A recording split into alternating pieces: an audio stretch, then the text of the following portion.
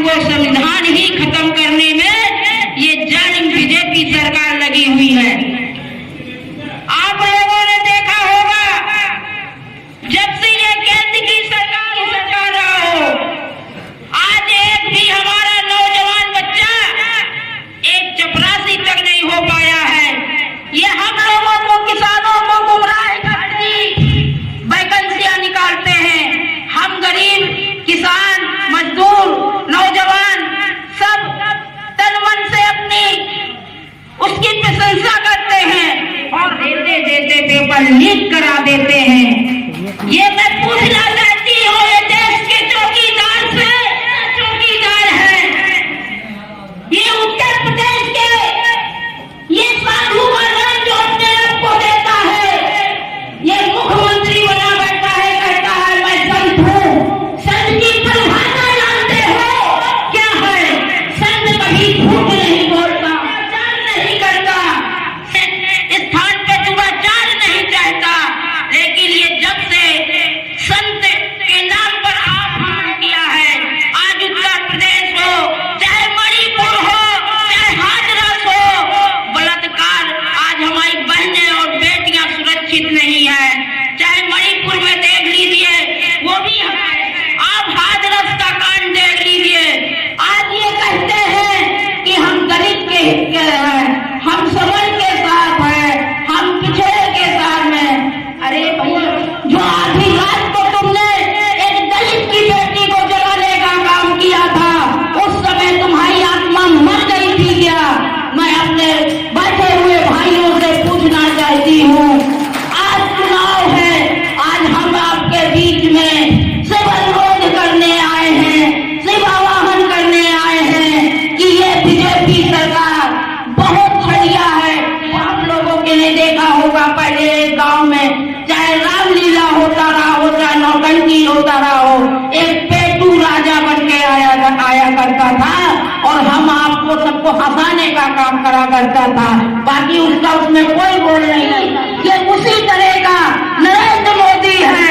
ये आज इसकी कोई औकात नहीं है, क्योंकि इसकी सरकार अंबानी और अडानी चला रहे हैं, पूंजीपतियां चला रहे हैं। ये सिर्फ पेटू राजा की तरह हम आपको ठगने का, हम लोगों के इनके भटकाने में नहीं आना है। मैं अपने दलित भाइयों से भी कहना चाहती हूँ, मैं भी एक दलित की बेटी हूँ। मैं अपने दलित भाइयों से, अपनी बहनों से आह्वान करना चाहती हूँ इस मंच के, अगर किसी ने हम लोगों को ठगा है तो वो बीएसपी है। बीएसपी ने हम लोगों का वोट लेके उसकी सौदेबाजी की है, उसका सौदा किया है। इसलिए आने वाले समय में भी हम आपके वोटों का भी सौदा करेगी। ये बीएसपी के भी नहीं आना है।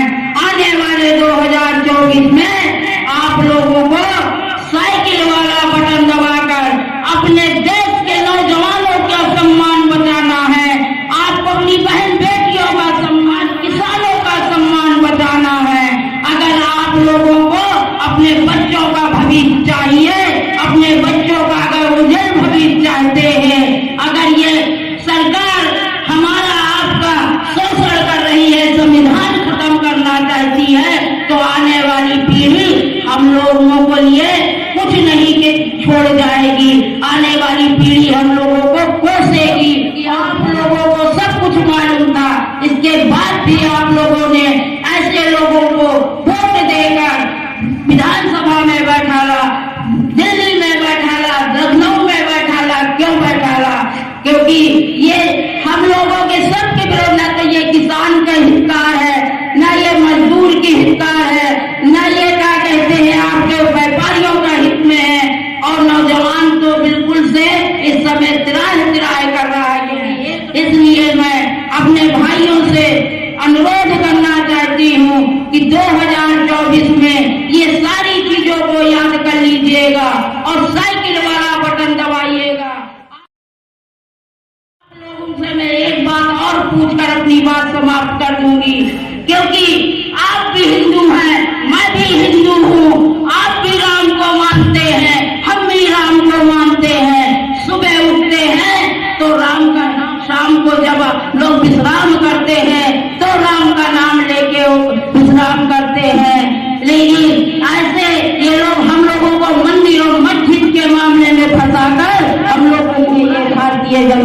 पार्टी। इसलिए आप लोग बहुत समझदार हैं, पढ़े लिखे हैं, आप लोग इन लोगों के बेवकूफ बनाने आएंगे।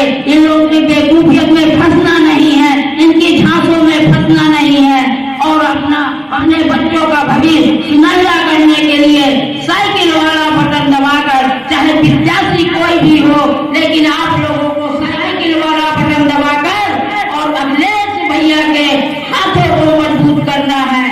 इस बारी को विराम देती हूँ।